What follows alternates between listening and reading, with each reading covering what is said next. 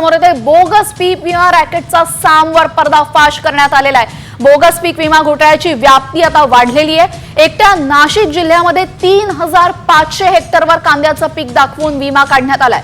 4500 शेतकऱ्यांनी हा बोगस पीक विमा उतरवलेला आहे आणि बोगस पीक विमा आढळून आल्यानं संबंधित बोगस पीक विम्याचे पैसे आता सरकारनं थांबवलेले आहेत। या संपूर्ण घटनेचा पर्दाफाश साम टीव्हीने केला होता आणि त्यानंतर आता सरकारकडनं कारवाई करत आलेली आहे। हा संपूर्ण याचा पीक विमा आता थांबवण्यात आलेला आहे सरकारकडनं।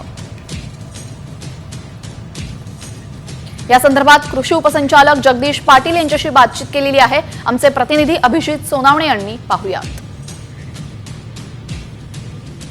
नाशिक जिल्ह्यात बोगस पीक विमा घोटाळ्याची व्याप्ती आता जवळपास 3500 हेक्टरवर जाऊन पोहोचलेली आहे आणि या सगळ्या संदर्भात आपल्यासोबत बोलण्यासाठी कृषी उपसंचालक जगदीश पाटील सर आहेत। जवळपास 3500 हेक्टर क्षेत्रावर आणि आपल्याला 4500 शेतकरी तसे आढळले की ज्यांच्या नावाने पीक विम्याची जी रक्कम आहे त्याप्रमाणे क्षेत्र तिथं आढळलेलं नाही किंवा जास्त क्षेत्रावर नोंद केलेली होती पण कमी क्षेत्राचा कांदा आढळला। याच्यात एनए प्लॉटवर काही ठिकाणी पिकाची नोंद दाखवल्या गेलेली होती।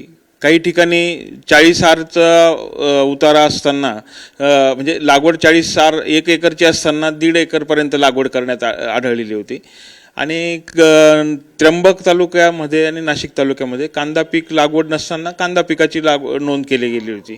अशा त्रुटी आढळून आलेल्या आहेत आणि याबाबत आपण माननीय जिल्हाधिकारी महोदयांच्या वतीने